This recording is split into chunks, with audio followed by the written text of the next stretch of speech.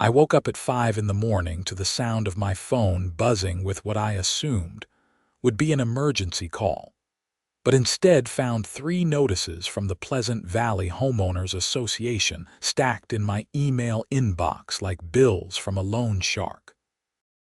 My name is Grant Anderson, and I had lived in this neighborhood in Eagle River, Alaska, for 6 years without major incident until Patricia Hutchins became the HOA president last fall. The first email contained a formal complaint about noise violations. The second detailed a fine of $500. The third threatened additional penalties if I continued my disruptive early morning activities. All of this because I had been running my snowmobile at dawn to clear paths and check on elderly neighbors during what had become the worst winter Eagle River had seen in 2 decades.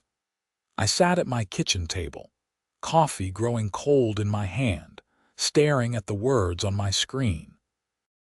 The irony was not lost on me. For the past 3 months, I had been waking up before sunrise to make sure the roads within our development were passable. I had pulled 4 different HOA members out of snowbanks. I had delivered groceries to shut-ins when the main roads were impassable. And now Patricia Hutchins, who lived in the warmest, most accessible corner of Pleasant Valley, had decided my snow machine was too loud. My phone rang. It was my neighbor, Tom Richardson, who lived 3 houses down. "Grant, did you get that email from Patricia?" His voice carried the exhaustion of someone who had also been up since before dawn. "Yeah, I got it. $500 for trying to help people. This is insane. My wife was one of the people you helped last week when her car got stuck coming back from the hospital. We were going to send you a thank you card." I rubbed my eyes. Well, apparently the sound of my machine at 6 in the morning is more important than making sure people can actually get out of their driveways. "What are you going to do?" I looked out my window at the fresh snow that had fallen overnight. Already, I could see drifts forming across the main road that wound through our development. "I'm going to pay the fine and then I'm done. If Patricia wants quiet mornings more than she wants help, she can have exactly that." Tom was quiet for a moment. "You sure about that?" "Completely. I'm not paying $500 for the privilege of doing volunteer work at my own expense, with my own equipment, burning my own gas and losing my own sleep. If the HOA thinks I'm a problem, then I'll stop being a problem." After I hung up with Tom, I typed out an email to the entire HOA board. I kept it professional and brief. I acknowledged receipt of the fine, stated I would pay it within the required time frame, and informed them that I would no longer be providing any snow removal, path clearing, or emergency assistance services to any residents of Pleasant Valley. I hit send before I could second-guess myself. The response was immediate. My phone started buzzing with texts and calls. Most were from neighbors expressing support or outrage at Patricia. A few were from other board members trying to explain that they had not been consulted about the fine. But the message that caught my attention was from Patricia herself. "Mr. Anderson, your email is unnecessarily dramatic. The HOA has a responsibility to enforce community standards regarding noise. Your cooperation is appreciated." That was it. No acknowledgement of what I had been doing.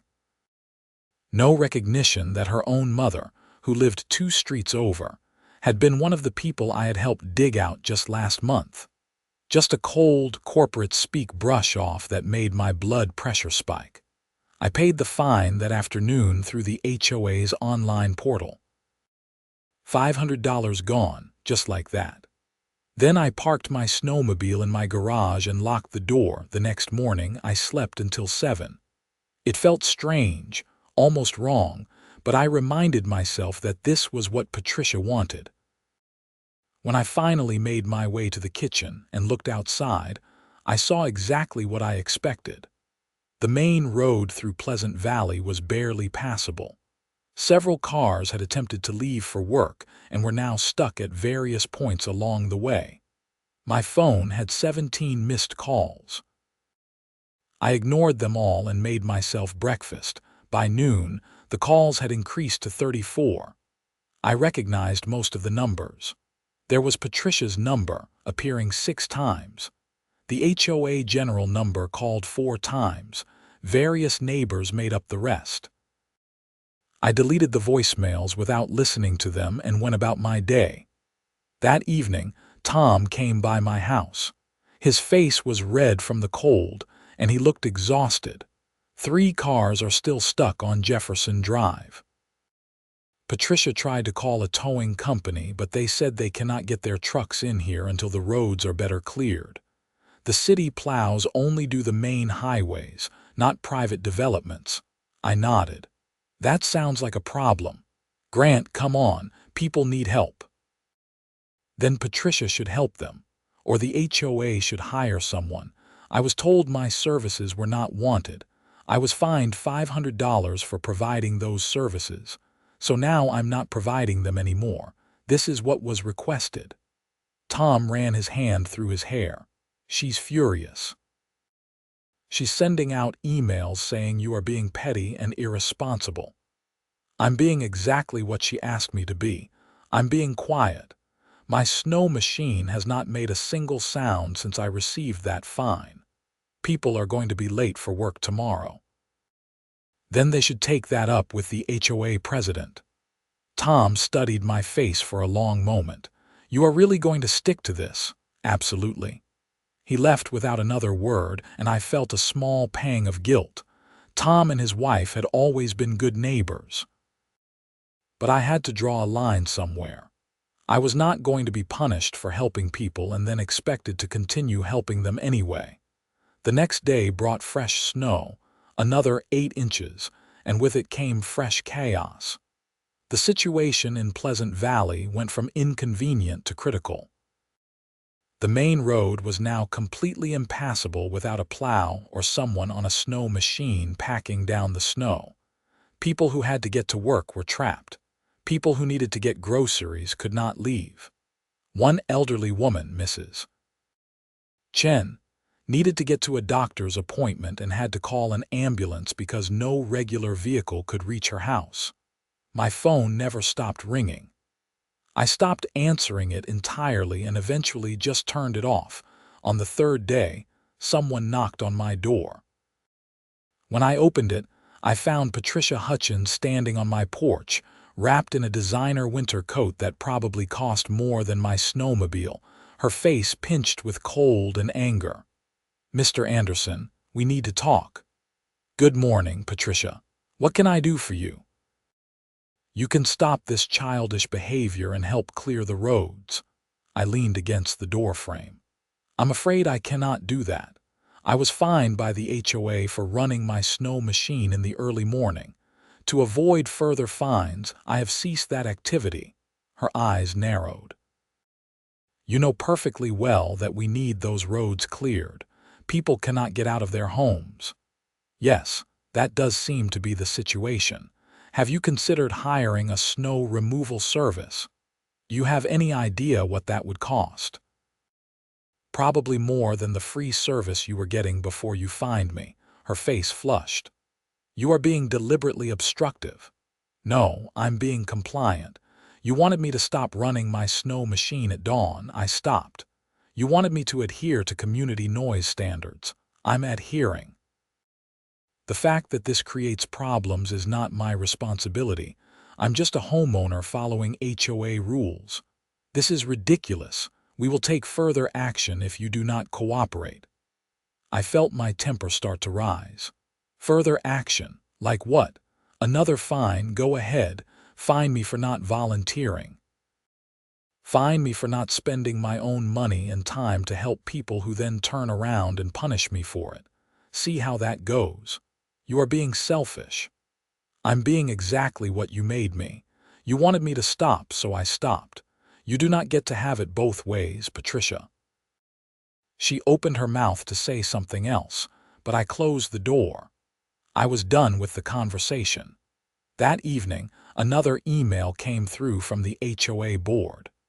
This one was not from Patricia, but from David Chen, the board treasurer and husband of the elderly woman who had needed the ambulance. Grant, I want you to know that not everyone on the board supported Patricia's decision to fine you. Several of us argued against it, but she pushed it through anyway.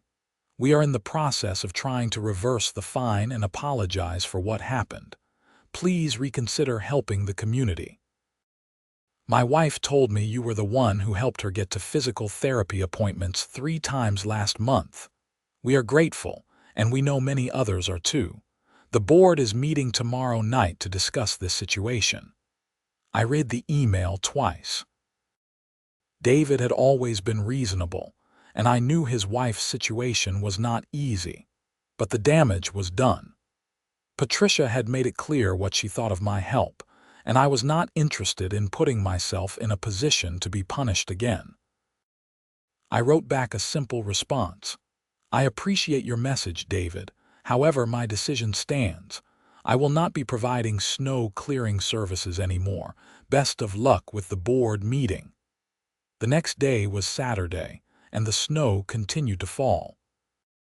By mid-morning, Pleasant Valley looked like a winter postcard, beautiful and completely unnavigable.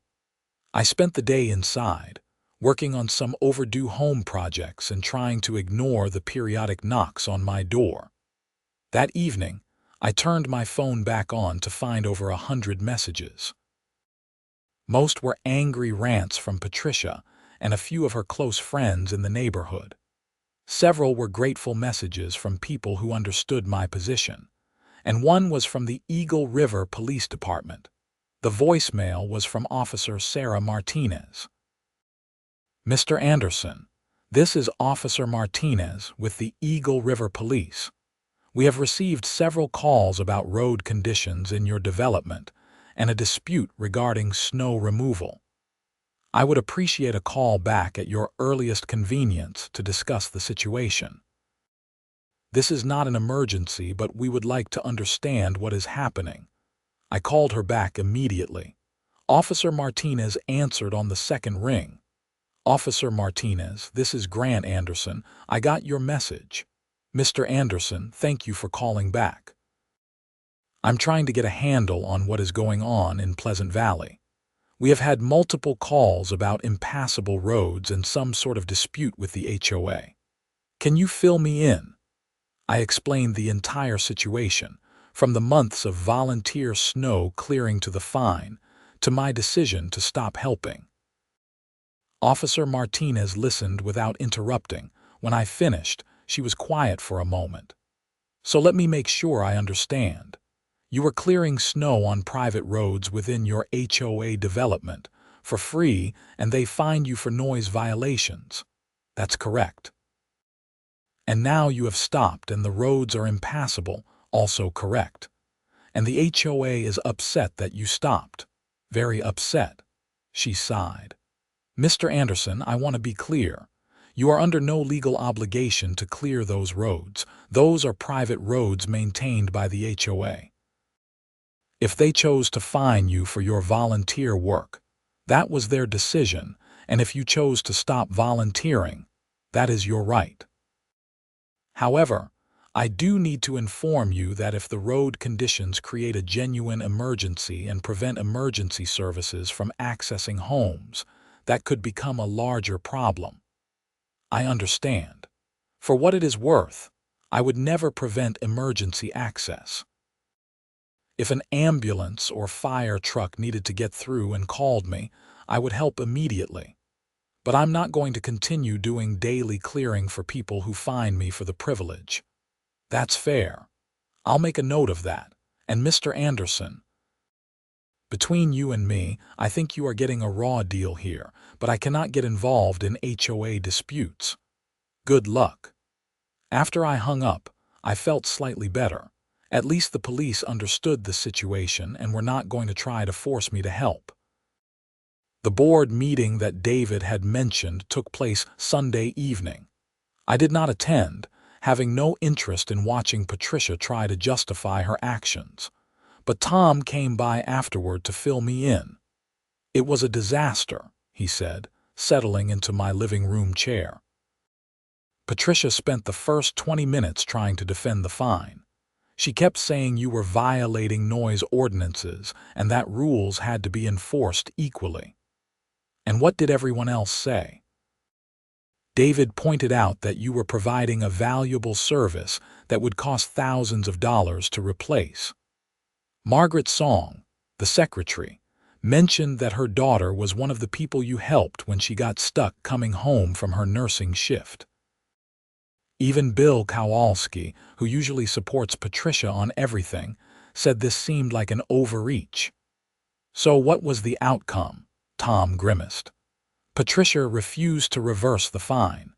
She said doing so would set a precedent that people could break rules if they were popular enough."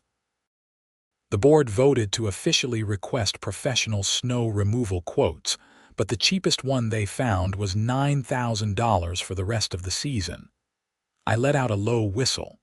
$9,000 for 3 months of work. And that's just for the main roads, not individual driveways or path clearing like you were doing. So what are they going to do? The board voted to table the decision until next month, which means nothing gets done and everyone stays stuck. Patricia must have loved that. She threw a fit, said everyone was being short-sighted and that principles mattered more than convenience. I shook my head. Principles? That's rich coming from someone who has not helped a single neighbor all winter. Tom left shortly after, and I tried to put the whole thing out of my mind. But that night, lying in bed, I could hear the wind howling and knew more snow was coming. Despite everything, part of me wanted to get up at 5 in the morning, fire up my machine, and make sure everyone was okay. But I pushed that instinct down. Patricia had made her choice. Now, everyone had to live with it. Monday morning brought another 10 inches of snow and with it, real crisis. Mrs. Chen's husband called an ambulance when she experienced chest pains. The ambulance got to the entrance of Pleasant Valley, but could not get down the unplowed roads to their house. The paramedics had to walk through thigh-deep snow carrying their equipment, losing precious minutes. Fortunately, Mrs. Chen was okay. It turned out to be severe indigestion, not a heart attack. But the incident scared everyone. Suddenly, this was not about inconvenience or getting to work. This was about safety. David Chen called an emergency board meeting that evening. This time, I was specifically invited to attend. I almost did not go, but something made me change my mind at the last minute. Maybe it was hearing about Mrs. Chen's scare. Maybe I just wanted to see Patricia try to defend her position now. The meeting was held at the community center, a small building near the entrance of Pleasant Valley that served as a gathering space for HOA functions. When I arrived, the parking lot was full, and I could see people standing inside through the windows. It looked like half the neighborhood had showed up. I pushed through the door into a room full of angry voices. Patricia stood at the front, behind a folding table that served as the board's official spot, looking cornered and defensive. David sat beside her, looking exhausted. The rest of the board members, Margaret Song and Bill Kowalski, sat further down, trying to stay out of the line of fire. When I walked in, the room went quiet. Everyone turned to look at me. Patricia's face hardened. "Mr. Anderson, thank you for joining us." I nodded but did not say anything, finding a spot along the back wall to stand. Patricia cleared her throat and addressed the room. "As you all know, we are here to discuss the ongoing snow removal situation. The board has received multiple complaints about road conditions, and we take these concerns seriously." "Then, why did you fine the one person who was helping?" someone shouted from the crowd. I recognized the voice as belonging to Janet Morrison, whose elderly father lived with her. Mr. Anderson was in violation of community noise standards, Patricia said, her voice tight. The rules exist for a reason, and we cannot make exceptions just because someone is popular. He was not violating anything, David said suddenly. All eyes turned to him. I looked up the actual noise ordinance after this whole thing started. It specifies that snow removal equipment is explicitly exempted from noise restrictions during winter months. Grant was completely within his rights. The room erupted. People started shouting questions at Patricia, demanding to know why she had issued a fine for something that was not actually a violation. Patricia's face went pale, then red. I was not aware of that specific exemption. However, there were other concerns. Multiple residents complained about the early morning noise. How many? I asked from the back. Everyone turned to look at me again. Patricia's mouth opened and closed. Several. Names. That information is confidential. Convenient, I said. Because I've received messages from at least 20 different residents thanking me for clearing the snow. But you claim several people complained.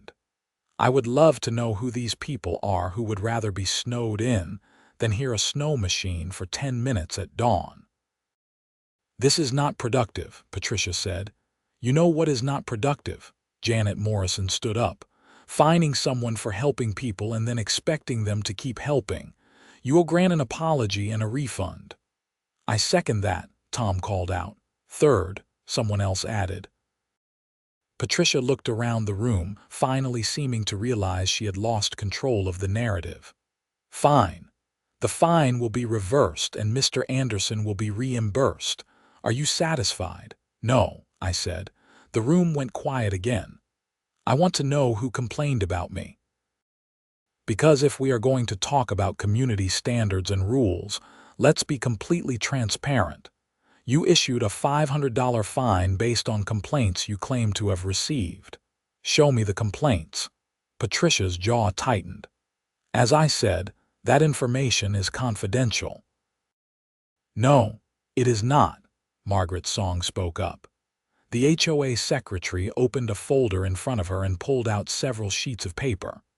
I keep records of all official complaints.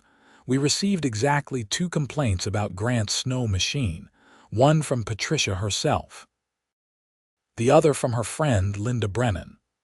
Linda Brennan was Patricia's next-door neighbor and closest ally on every HOA dispute. The room filled with angry muttering. Let me get this straight, David said, his voice hard. You fined Grant $500 because you and your friend did not like hearing his snow machine, and you claimed it was about community standards and multiple complaints. The rules are the rules, Patricia said weakly. The rules do not apply here, David shot back. You either did not read the noise ordinance exemptions, or you ignored them. Either way, you abused your position as president to punish someone for doing something you personally did not like. That's not leadership. That's a power trip. The room erupted again, this time with calls for Patricia to resign. She stood behind the table, her face bright red, looking like she wanted to disappear into the floor. I move for a vote of no confidence in Patricia Hutchins as HOA president, Bill Kowalski said suddenly. I was surprised. Bill usually supported Patricia on everything. I second, Margaret said immediately. David nodded. All in favor, 3 hands went up. Patricia's did not move. The vote was clear. The motion passes, David said. Patricia, you are removed as president effective immediately. I will assume the role temporarily until we can hold proper elections next month. Patricia stood frozen for a moment, then gathered her papers with shaking hands. This is absurd. You are all making a huge mistake. The mistake was already made, Janet Morrison called out. You need to leave now. Patricia left the community center without another word, and the room broke into scattered applause. I felt an odd mixture of vindication and exhaustion. David turned to me. Grant, On behalf of the board, I want to formally apologize. What happened was wrong and you have every right to be angry. Your fine will be refunded immediately, and I would like to personally thank you for everything you have done for this community." The room broke into applause again.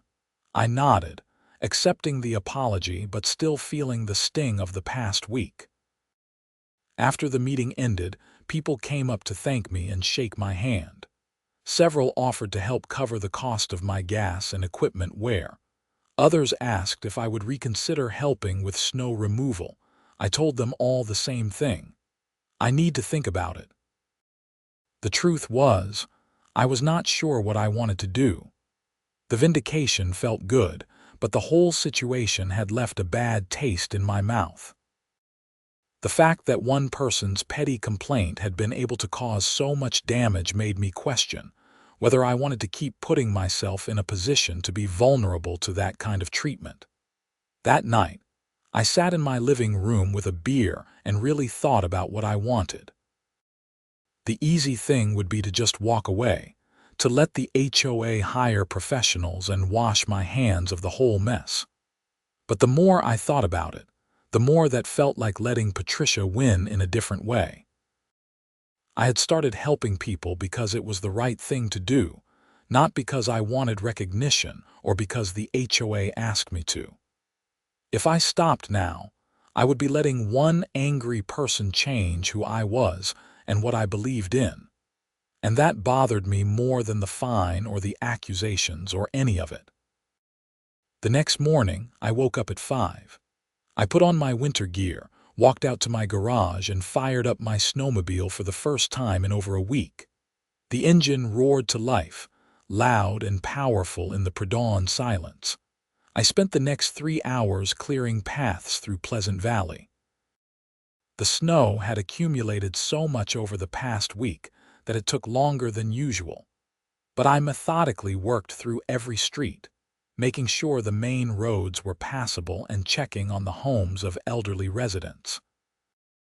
When I finally made it back to my house around 8, there were already 3 messages on my phone, all from neighbors thanking me for clearing the roads. Over the next few days, things slowly returned to normal in Pleasant Valley. David proved to be a much more reasonable HOA president, even in his temporary role. He drafted a formal policy acknowledging and supporting volunteer snow removal efforts, with explicit protections against noise complaints during winter months for snow clearing activities. Patricia kept a low profile. I saw her once at the community mailboxes, and she turned around and went back to her car without getting her mail rather than risk running into me. Linda Brennan gave me dirty looks whenever I drove past her house, but she did not say anything. 2 weeks after the board meeting, I received a check in the mail from the HOA for $500, along with a formal letter of apology signed by all 4 board members. I deposited the check and filed the letter away, but the story did not end there. In late February, about a month after Patricia was removed as president, I was out clearing paths one morning when I noticed something odd. There were tire tracks leading off the main road down toward the small lake at the edge of our development. That area was supposed to be closed during winter, and the tracks looked fresh. I followed them on my snowmobile and found Patricia's distinctive white SUV nose down in a snowbank about 50 yards from the frozen lake. The engine was running, and I could see someone moving inside. For a moment, I sat there on my idling machine and considered my options. Patricia had caused me nothing but trouble. She had fined me, insulted me, and tried to stop me from helping people. The easiest thing in the world would be to turn around and pretend I had not seen anything. But that was not who I was. I drove up to the SUV and knocked on the window. Patricia's face appeared, red and tear-streaked. She looked terrified. When she recognized me, her expression went through several emotions at once: relief, shame, anger, and fear. I gestured for her to roll down the window. After a moment's hesitation, she did. "Are "Are you hurt?" I asked. She shook her head. "I tried to turn around and got stuck. I have been here for an hour. My phone is dead. The road to the lake is closed in winter. There are signs." "I know that," she snapped, then her face crumpled. "I was not paying attention. I was upset and just driving around and ended up down here." I could have said a lot of things. I could have pointed out the irony. I could have lectured her. I could have left her to wait for someone else to find her. Instead, I just sighed and pulled out my tow strap. It took about 20 minutes to get her SUV unstuck and back onto solid ground. Patricia sat in her car the whole time, not offering to help, not saying anything.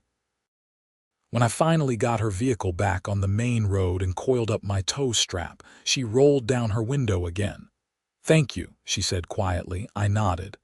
"Get your phone charged and drive safely." She hesitated, then said, "I am sorry about everything. I was wrong." It was probably the hardest sentence she had ever said. I could see it in her face, the effort it took to admit fault. Apology accepted. "But Patricia, you need to understand something.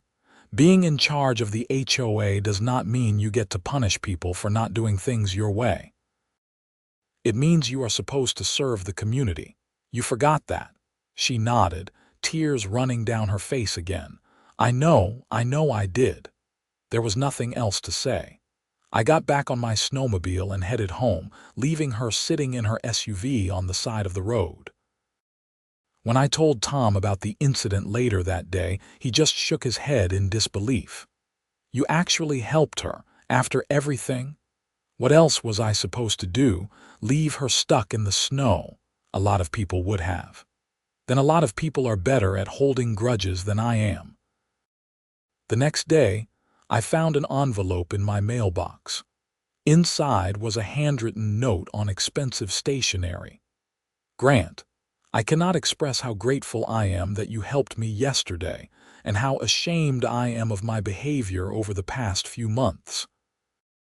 You have shown me what it truly means to be a good neighbor, and I have failed to live up to that standard. I am truly sorry. I will be moving in the spring. I think it is best for everyone. Thank you for being a better person than I deserve. Patricia." I read the note twice, then filed it away with the official apology from the HOA. Over the next few weeks, the weather finally started to improve. The heavy snows gave way to lighter dustings, and eventually the temperature started to climb into the 30s during the day. Spring was coming, and with it, the end of snow season. The HOA held elections in mid-March. David Chen was elected president by a landslide. Margaret Song remained secretary. 2 new board members joined, replacing Bill Kowalski, who stepped down voluntarily, and Patricia's now empty seat. Both new members were people I knew and trusted. At David's first official meeting as elected president, he proposed a community recognition program to acknowledge residents who went above and beyond in helping their neighbors. I was the first person nominated and received a plaque and a gift certificate to a local restaurant. It was a nice gesture, though honestly, I would have been happy with just the apology and moving forward. Patricia listed her house in April and moved to Anchorage in May. I saw the moving truck pull up one morning and watched from my window as she supervised the loading of her belongings. Part of me thought about going over to say goodbye, but I decided against it. Some stories do not need a final chapter. Linda Brennan became much friendlier after Patricia left. She even asked me for help jump-starting her car one morning. I helped, and she thanked me profusely. I think Patricia's departure had freed her to be her own person rather than just a follower. Summer came to Eagle River with long days and temperatures that felt tropical after the brutal winter. Pleasant Valley looked completely different without the snow, green and peaceful. New neighbors moved into Patricia's old house, a young couple with twin toddlers. They introduced themselves the day they moved in and brought over homemade cookies. I kept volunteering throughout the summer, not with snow clearing obviously, but with other things. I helped organize a neighborhood barbecue. I fixed Mrs. Chen's fence when it blew down in a windstorm. I taught a few interested neighbors how to maintain their own snowmobiles in preparation for the next winter. When fall arrived, and the first hints of winter began to show in the temperature and the reduced daylight, people started asking me if I would be doing snow clearing again this year. I told them yes, absolutely. But this time, the HOA had set up a voluntary fund where residents could contribute to help cover my gas and equipment costs. It was not mandatory, and I made it clear I would help everyone regardless of whether they contributed, but the gesture was appreciated. October brought early snow, just a few inches, but enough to test the systems. I got up at 5 in the morning, fired up my snowmobile, and cleared the main paths through Pleasant Valley. Several residents sent thank you messages. David called to make sure everything had gone smoothly and that I had not encountered any problems. No fines arrived. No angry emails. No complaints, just gratitude and appreciation. In November, Eagle River got hit with another significant storm system and the heavy snows returned. I fell back into my routine of early morning clearing, checking on vulnerable neighbors, and making sure everyone could get where they needed to go. It felt good to be back to normal, to be doing something useful without constantly looking over my shoulder for the next complaint. One morning in early December, I was finishing up a clearing run when I saw Tom waving me down from his driveway. "Grant, got a minute?" I pulled up and killed the engine. "What's up?" I just wanted to say thanks. Not just for clearing the snow, but for handling everything last year the way you did. You stood up for yourself without being cruel about it, even helping Patricia at the end when you had every reason not to. You set a good example for the whole community. I felt my face get warm. I just did what needed doing. No, it was more than that. You showed people what real integrity looks like. My kids noticed. A lot of kids in the neighborhood noticed. That matters. After Tom went back inside, I sat on my idling snowmobile for a moment, thinking about his words. The whole situation with Patricia and the HOA seemed like it had happened a lifetime ago, but it had only been about 9 months. In that time, I had learned something important about standing up for yourself while still maintaining your principles. It would have been easy to stay bitter. It would have been easy to hold a grudge. It would have been easy to turn my back on the community because one person had treated me poorly. But none of those things would have made me happy or made the situation better. December continued with its relentless snowfall, but Pleasant Valley was ready. The roads stayed clear, people got where they needed to go, and the community functioned smoothly. The HOA under David's leadership focused on actual community needs rather than petty enforcement of rules. I spent Christmas Eve doing a special clearing run, making sure everyone could get to their families or have their families come to them. When I got home, there was a basket on my porch filled with cookies, candy, and a card signed by what looked like 40 different families. To Grant, the best neighbor anyone could ask for, thank you for everything you do. Merry Christmas. I brought the basket inside and sat down in my living room, looking at the card and the signatures. Every single person who had signed had a story. Mrs. Chen, whose wife I had helped get to the hospital. Janet Morrison, whose father needed regular transportation to medical appointments. Tom Richardson, whose wife had gotten stuck coming home late at night. The young couple with twins who I had helped dig out when they got stuck in their own driveway during the first snow of the season. This was what community was supposed to be. People helping people. People appreciating each other. People working together instead of tearing each other down. Patricia had never understood that. She had seen the HOA as a way to exert control, to enforce her vision of how things should be. But that was never what leadership was supposed to be about. Real leadership was about service. It was about making life better for everyone, not just the people who agreed with you. As I sat there in my quiet house on Christmas Eve, eating cookies and listening to the wind blow snow against my windows, I thought about how different things could have been. If I had given up when Patricia fined me, if I had let bitterness win, if I had decided that helping people was not worth the risk of being punished for it. But I had not given up. I had stood my ground, fought back when necessary, and then gone right back to doing what I knew was right. And in the end, that had made all the difference. The winter continued with its usual challenges, but Pleasant Valley handled them better than ever. The community had learned from the previous year's drama.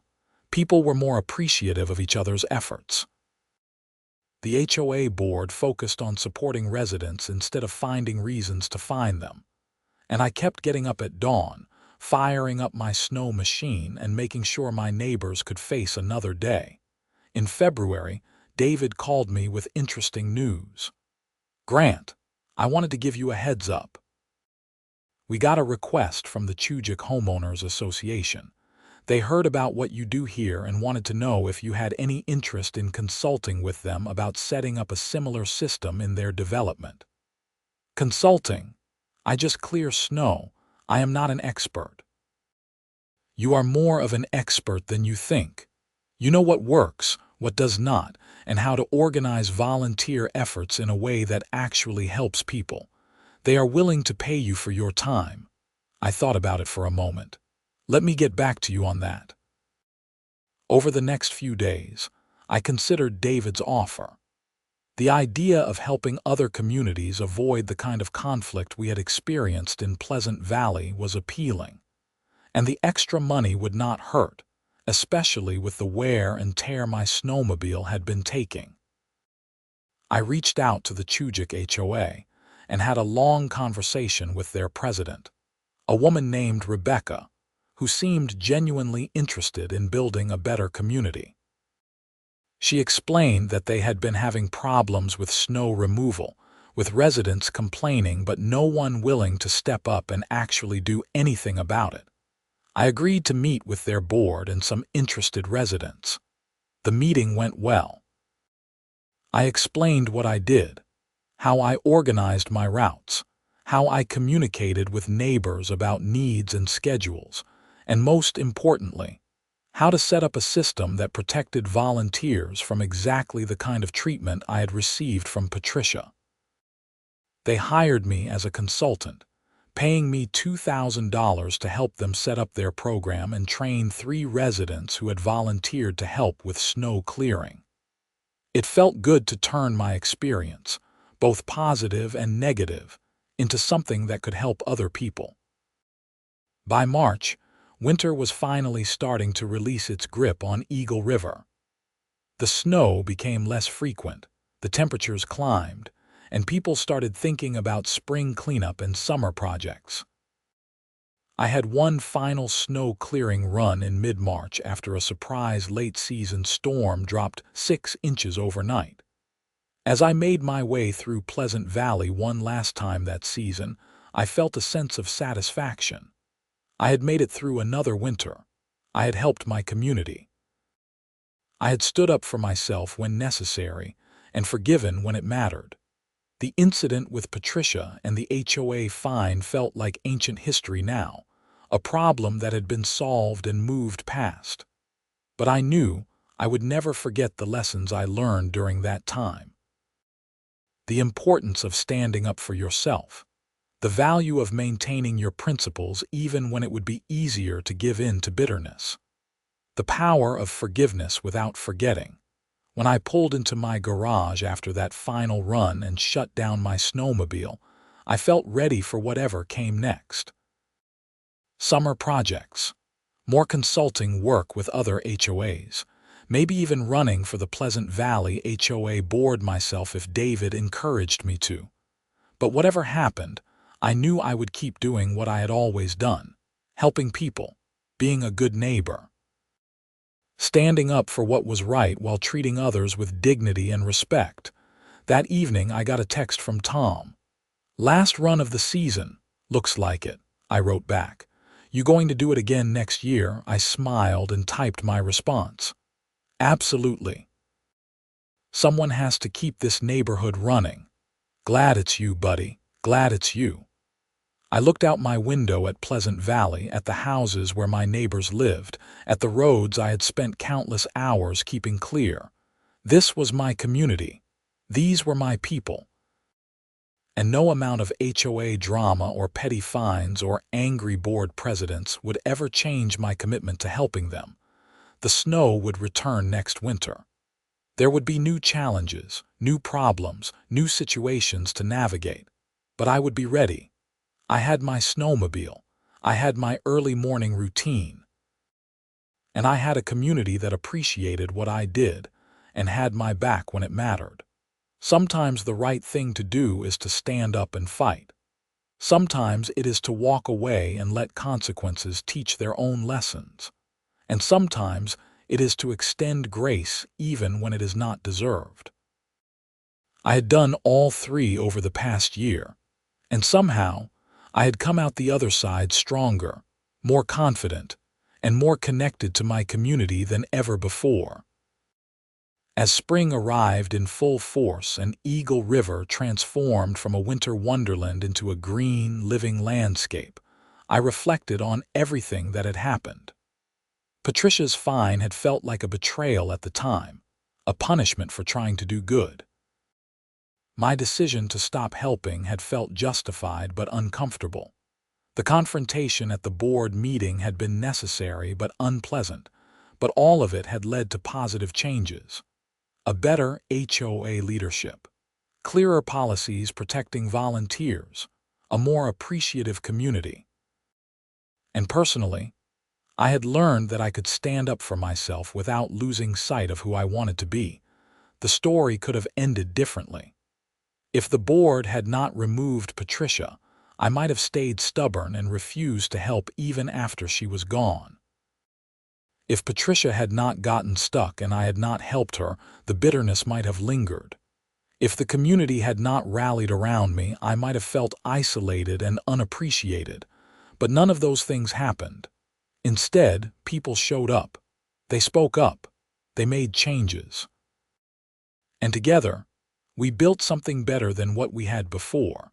By the time summer was in full swing, life in Pleasant Valley had found a comfortable rhythm.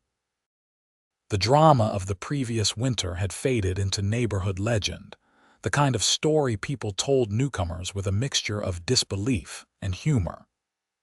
Can you believe our old HOA president actually fined the guy who was clearing our roads for free? I stayed busy with summer projects and consulting work. I helped 3 more HOAs set up volunteer snow removal programs, each time sharing the lessons I had learned and making sure they had protections in place for their volunteers. The work was satisfying and brought in some extra income that helped offset my equipment costs. In August, David called to ask if I would be interested in joining the HOA board. Bill Kowalski's replacement was moving out of state for work, and they needed someone to fill the position until the next regular election. "I appreciate the offer," I told him, "but I think I am more useful doing what I am doing. I am not much for committee meetings and policy discussions. I would rather be out there actually helping people." David laughed. "That's fair. But know that the offer stands if you ever change your mind. You have earned a voice in how this community is run." As fall approached and the first hints of winter began to appear, people started preparing differently than in previous years. Several residents bought their own small snow blowers for their driveways. A group of younger neighbors formed a volunteer crew to help elderly residents with sidewalk clearing. The HOA set up a phone tree for winter emergencies.